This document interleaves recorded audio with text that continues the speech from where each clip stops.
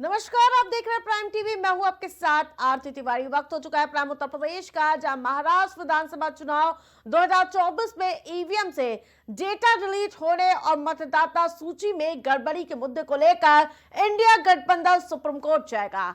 ये निर्णय मंगलवार को एनसीपी शरद गुट के प्रमुख शरद पवार के घर हुई एक बैठक में लिया गया और एनसीपी गुट के नेता और महाराष्ट्र चुनाव में उम्मीदवार रहे प्रशांत जगताप ने मीडिया को बताया कि बैठक में मुख्य रूप से ईवीएम से जुड़ी चिंताओं और चुनाव आयोग की प्रक्रिया पर उठ रहे सवालों पर चर्चा की गई है। प्रशांत ने यह भी बताया कि इंडिया गठबंधन शुक्रवार 13 दिसंबर 2024 तक सुप्रीम कोर्ट में याचिका दाखिल करेगा।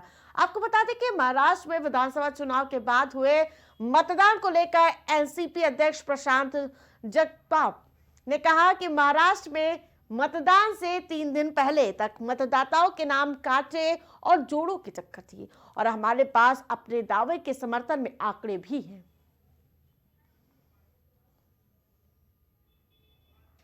और सहयोगी शहबाज का सीधे रुख करूंगी। जिस प्रकार से महाराष्ट्र चुनाव में जैसे परिणाम सामने आते हैं शहबाज, विपक्ष कहता है ये नामंजूर नहीं है, जनता का जनादेश मंजूर नहीं कि ईवीएम पर सवाल।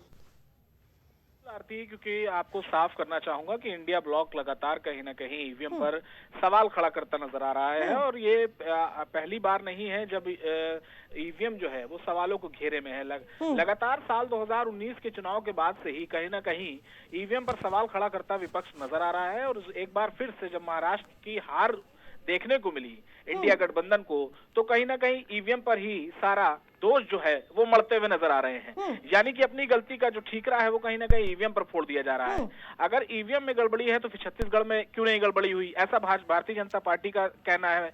और तमाम राज्यों में क्यों नहीं हुई जहां इंडिया ब्लॉक आया है, जहां इंडिया ब्लॉक की सरकारें आई हैं। यानी कि पूरी तरीके से जिस तरीके से अभी झारखंड और महाराष्ट्र के चुनाव हुए थे, झारखंड में हेमंत सोरेन और कल्पना सोरेन ने दोनों दंपत्ति ने मिलकर चुनाव लड़ा और बेहतरीन तरीके से वहां पर भाजपा को आने से रोका। तो ऐसे में वहां ईवीएम दोषी नहीं है, लेकिन महाराष्ट्र में अगर हार गए तो वहां ईवीएम दोषी है। तो ऐसे में तमाम तरीके के सवाल खड़े हो रहे हैं और चुनाव आयोग ने भी साफ स्पष्टीकरण जारी किया है और पूरी पर्चियों का जो मिलान है वो कर चुकी है और चुनाव आयोग ने साफ तौर पर कह दिया है कि कहीं कोई गड़बड़ी नहीं हुई है। बिल्कुल, अब ये लड़ाई सुप्रीम कोर्ट के चौखट पर आ चुकी है। शहबाज, क्या लगता है अब क्या विपक्षी दल इस पर संतुष्ट होगा अगर जो सुप्रीम कोर्ट का इस पर न्याय देखिए, होगा? सुप्रीम कोर्ट पहले भी साफ कह चुका है, चुनाव आयोग एक देश का सम्मानित आयोग है और बहुत पुराना आयोग है जिस पर एक देश की इकाई है। और सुप्रीम कोर्ट का साफ तौर पर कहना है कि चुनाव आयोग जो फैसला करना चाहेगा वो स्वतंत्र रूप से कर सकता है, क्योंकि ये एक सरकारी इकाई है और सालों से ये प्रक्रिया चली आ रही है।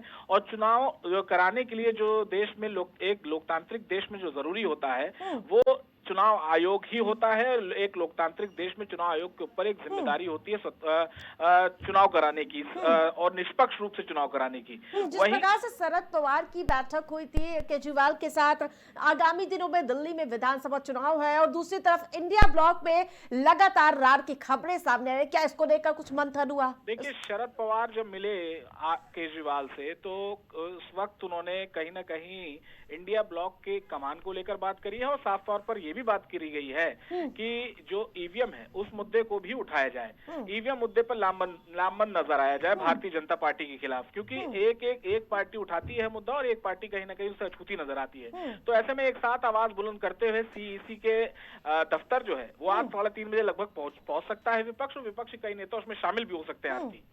बिल्कुल, तमाम अपडेट के लिए धन्यवाद आपका।